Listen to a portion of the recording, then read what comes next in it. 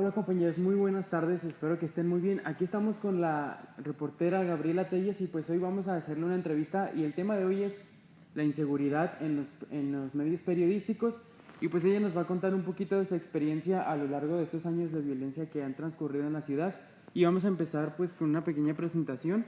Pues es Gabriela Telles, ella es reportera de Canal 44 y pues la primera pregunta sería ¿cuántos años tienes trabajando en este medio? En este medio de comunicación yo tengo 9 años ya. Empecé a trabajar hace ya bastante tiempo, hace 9 años, pero ya había trabajado en otros lugares. Bueno, en otro lugar, hacía radio, previo a eso unos 4 años más. Exactamente. Y pues a pesar de eso, ¿te sientes segura actualmente con tu empleo como periodista después de haber vivido esa etapa aquí en Juárez? Digo, si se trata laboral, aquí tengo mi trabajo, ¿no? Eso es seguridad, pero si se trata de seguridad como periodista, si el ambiente es seguro, yo creo que el riesgo es constante. No hay una situación que sea diferente, el riesgo siempre está ahí y las precauciones tienen que tomar siempre. Sí, bueno, y a pesar, nos comentas que hubo riesgo siempre. ¿Viviste algunos obstáculos a lo largo de esta época o hasta ahorita? ¿Amenazas o riesgos de trabajo? Sí, algún obstáculo que tú hayas dicho, no, tal vez yo no puedo cubrir este reportaje porque tengo miedo de que me pueda pasar algo.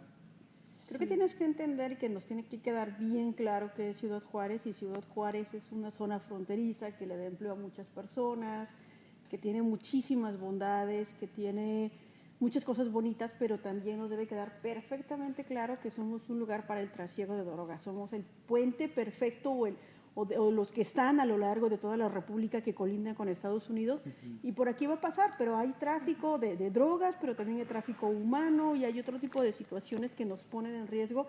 Y yo creo que sí, a todos o a muchos nos ha pasado. De hecho, como ciudadanos también estamos en un riesgo constante, y este también ha sido uno de esos. ¿Y cómo fue para ti esa etapa entonces, en lo personal? ¿Supiste enfrentarla o alguna vez te sentiste así como que, no sé, presionada, con miedo a trabajar día a día? Si se trata de hechos violentos, sí ha habido etapas bien difíciles. Yo he pasado por cosas complicadas en materia de seguridad. He tenido amenazas, he pasado por momentos que te cambian la existencia. Creo que si hoy me preguntan, ¿tú vas a trabajar en una zona de riesgo como fue Juárez en el 2008, 2011, 2012? Yo lo pensaría y en algún momento diría que no. Creo que nos pasó a muchos como comunidad y como periodistas también, que fuimos entrando sin imaginar a lo que íbamos, y cuando ya estábamos ahí, pues ya estábamos ahí y ya no había, no te digo mucho qué hacer, ya estábamos en eso y tenías que sacar el proceso, pero sí pasaron cosas tremendas. Y si hoy me dicen, quizá diría no le entro, quizá diría no acepto, quizá diría que no voy, porque sí te deja en estos instantes cosas bien complicadas, pero todavía a futuro siguen pasando cosas que te marcan la vida. Esa etapa de violencia nos cambió, yo creo que a todos. A todos. A todos, sí. ¿Y qué opina tu familia? Me refiero, por ejemplo, te decían, no, ya deja ese puesto, también se preocupaban por ti, era obvio. ¿Qué opinaba tu familia acerca de esto? Que estaba loca, que no sabían por qué estaba aquí. Mi familia más cercana me pedían que renunciara, me pedían que me saliera, que no había necesidad de estar haciendo esto, pero pues bueno, pues aquí seguí, y no te digo que se acabó porque el asunto siempre está allí, pero han cambiado un poquito las cosas. Sí. Entonces, ¿nos podrías decir si alguna vez estuviste en peligro, en alguna amenaza de muerte quizás? Sí.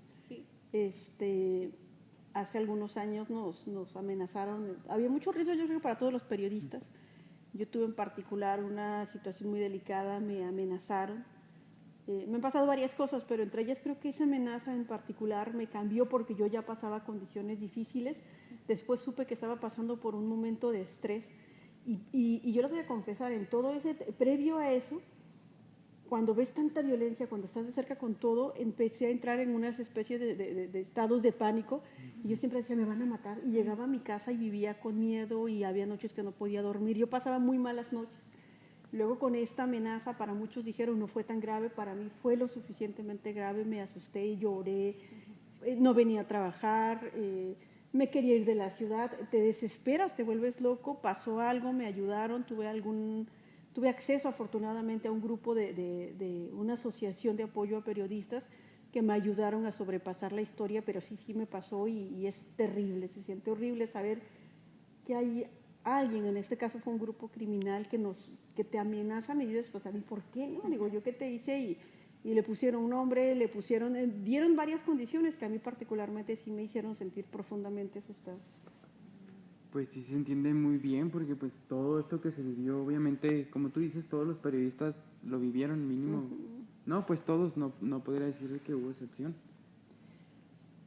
Pues yo creo que no. Llega un momento en el que todos tienen miedo. Yo no sé si hay alguna persona que diga, me levanto tranquilo y a mí no me va a pasar nada. Muchas veces te pasa por la cabeza y si no regreso a mi casa, y si ese es el último día que vengo a trabajar, y si a alguien le parece molesto que haga algún comentario y que alguien quiera atentar contra tu vida, la verdad es que sí, a todos nos pasó.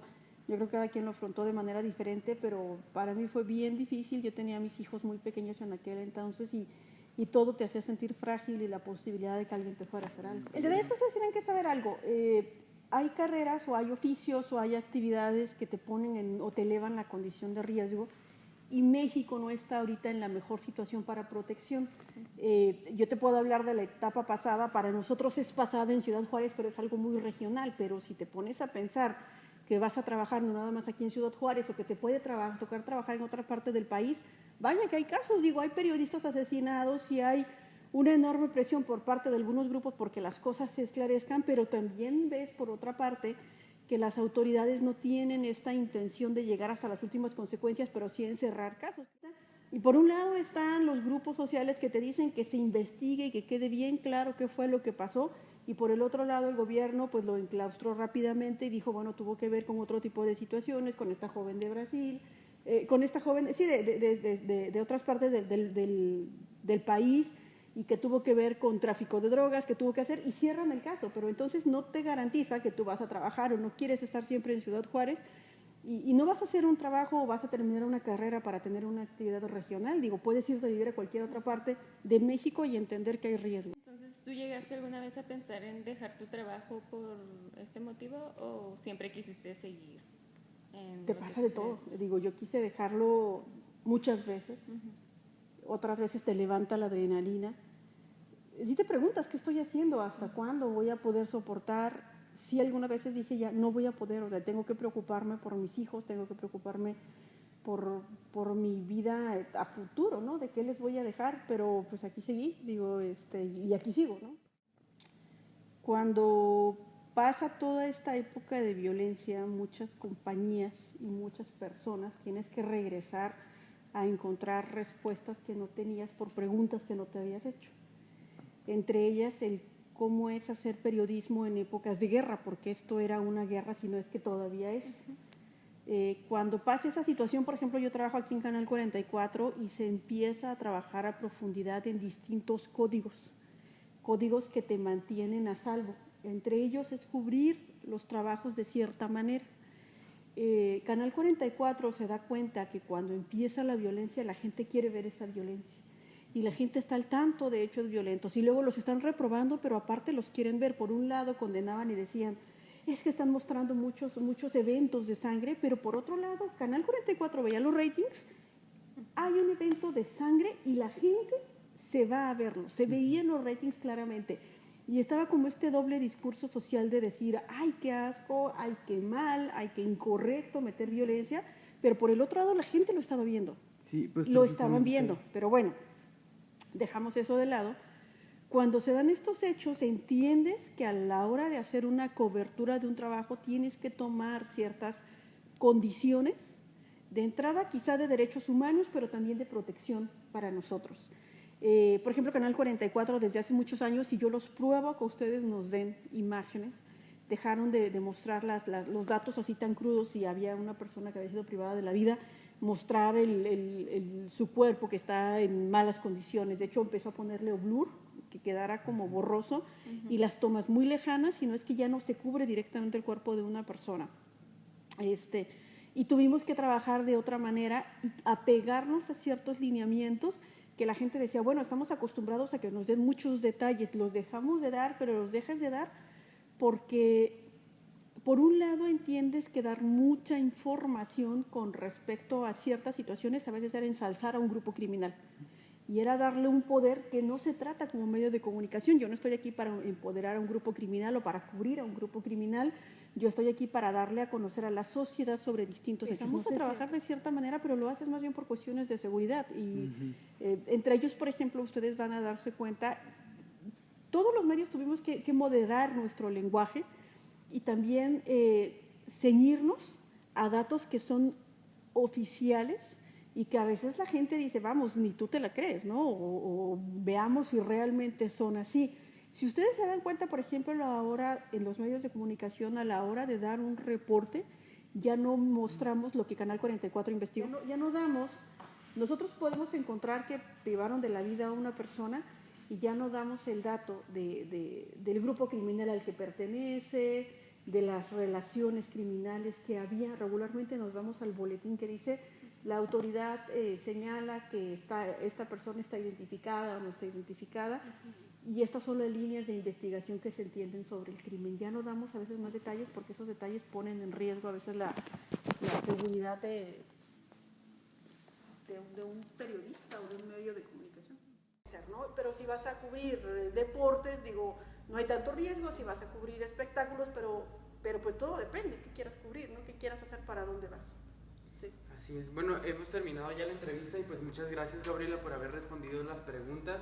La verdad, nos respondiste bien lo que queríamos saber. Y pues esto fue la entrevista con Gabriela Telles, reportera del Canal 44, y espero que les haya gustado. Muchas gracias.